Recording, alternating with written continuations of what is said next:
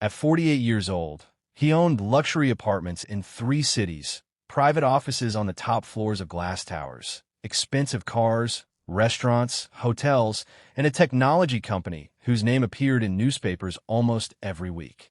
People called him brilliant. People called him ruthless. People called him a billionaire. But nobody called him happy.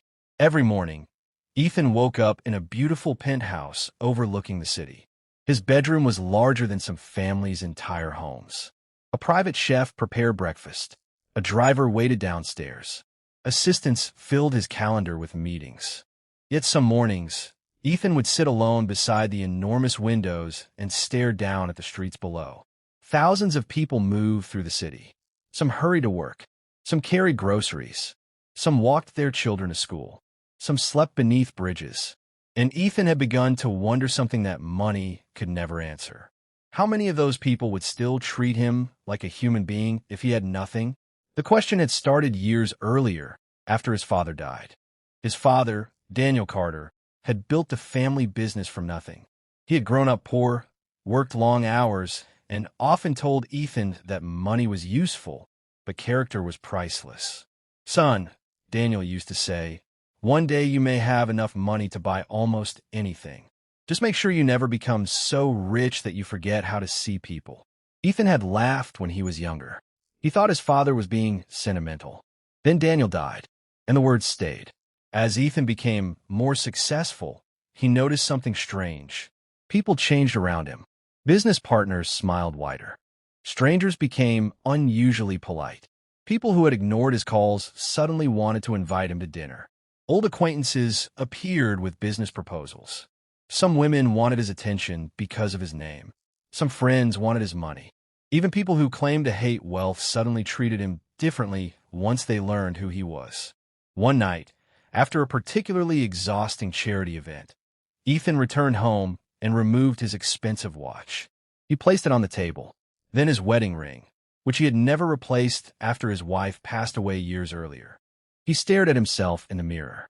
For the first time, he wondered what would happen if nobody knew who he was. What if he were old clothes? What if he had no car? What if he had no wallet? What if his name meant nothing? Would anyone still stop? Would anyone still care? The idea seemed foolish, but the question would not leave him. 3 weeks later, Ethan made a decision that shocked even his closest assistant. He disappeared, not officially. He told his company he was taking an extended personal leave. He gave his security team strict instructions not to follow him. He rented a small storage unit outside the city and placed his expensive clothes, watches, phone, and identification documents inside. Then he bought a second-hand coat, worn trousers, an old pair of shoes, and a knitted cap. He grew a rough beard. He stopped shaving. He carried an old canvas bag. And one cold Monday morning, Ethan Carter walked out of his penthouse looking like a man who had lost everything. No one recognized him. Not one person. For the first time in decades, Ethan was invisible. He spent the morning walking through the city. People passed him without looking. A businessman stepped around him. A young couple crossed the street. A woman holding a coffee cup looked at him briefly before turning away. At lunchtime, Ethan stood outside a restaurant. He could smell warm bread and roasted chicken. He had more than enough money hidden away to buy the entire restaurant. But he wanted to know what it felt like to be unable to buy even a sandwich. A waiter came outside, carrying a bag of trash. Ethan quietly asked, "Excuse me, do you have anything left to eat?" The waiter looked at him suspiciously. "No, I'm hungry." So the waiter walked away. Ethan nodded. He wasn't angry. This was the experiment. He continued walking. By evening, he was exhausted. He found a bench near a small neighborhood grocery store. That was where he met Maria. Maria Lopez was 39 years old and owned a tiny grocery store called Maria's Market. It wasn't impressive. The paint on the front door was peeling. The shelves were old. The refrigerator made an annoying humming sound. But Maria kept the store clean, and every morning she placed fresh flowers beside the cash register. She had learned kindness from her mother. Her mother had always told her, if someone comes to your door hungry, feed them first. Ask questions later. Maria had never forgotten those words. That evening, she noticed Ethan sitting outside. She was closing the store when she saw him rubbing his hands together to keep them warm. She looked at him through the glass. Then she looked at the clock. It was nearly 9. Maria locked the door. She walked outside. "You hungry?" Ethan looked up. He wasn't expecting the question. "What?" I asked if you're hungry. He hesitated. "Yes." Maria sighed. "Come inside." Ethan stood slowly. "I don't have money. I didn't ask for money. I can work. You can eat first." Maria opened the store again. She walked to the back room and returned with a paper bag.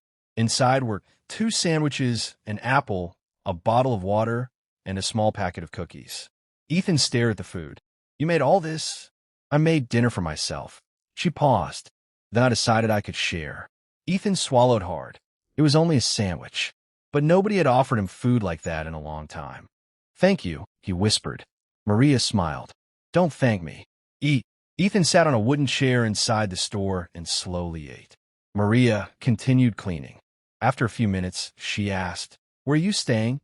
"Here and there." "That means nowhere." Ethan didn't answer. Maria understood. She looked at him carefully. "You can sleep at the community shelter tonight." "I tried." "Full." He nodded. Maria sighed. She looked toward the back of her store. Then she said something that Ethan would remember for the rest of his life. "You can't sleep outside tonight." Ethan stared at her. "What?" "My apartment is upstairs." He immediately shook his head. "No, I couldn't. I have a couch. I don't want to cause trouble." "You already look like trouble." For the first time that day, Ethan laughed. Maria smiled. "Come on."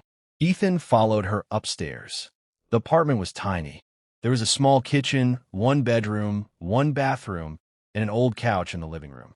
A child's drawing was attached to the refrigerator. A framed photograph sat on the shelf.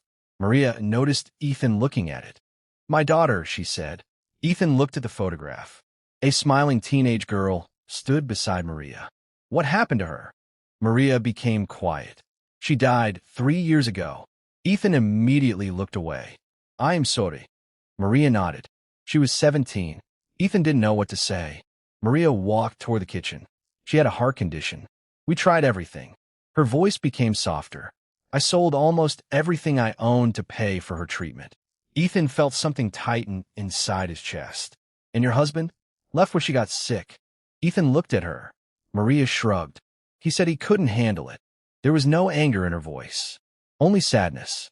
She brought Ethan a blanket. "You can sleep here. I'll pay you back." Maria shook her head. "Just get some rest." That night, Ethan lay on the couch staring at the ceiling.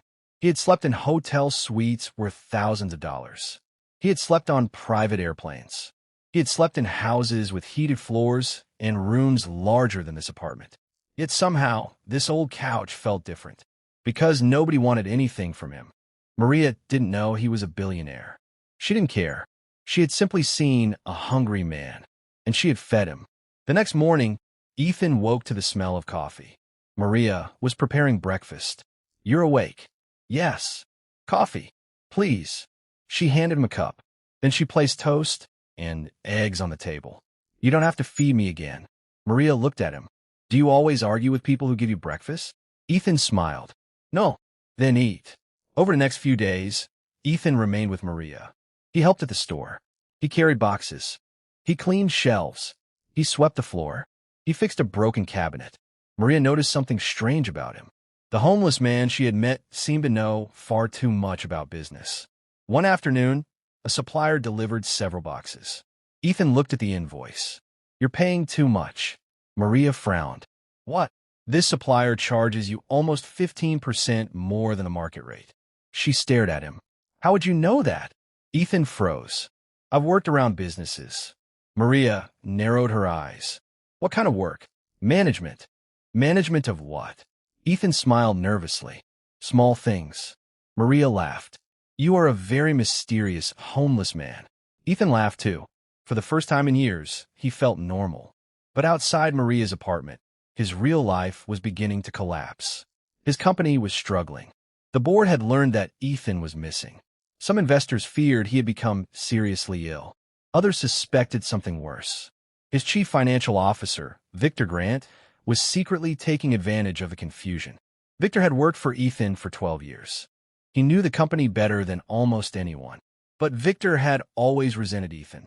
He believed Ethan had inherited too much and deserved too little. Now Ethan was gone, and Victor saw an opportunity. He began moving money through shell companies. He planned to make millions before Ethan returned. Meanwhile, Ethan knew nothing. He was too busy discovering something his wealth had hidden from him. Human connection. Maria never treated him like a charity case. If he was lazy, she told him. If he complained, she laughed. If he made a mistake, she corrected him. One morning,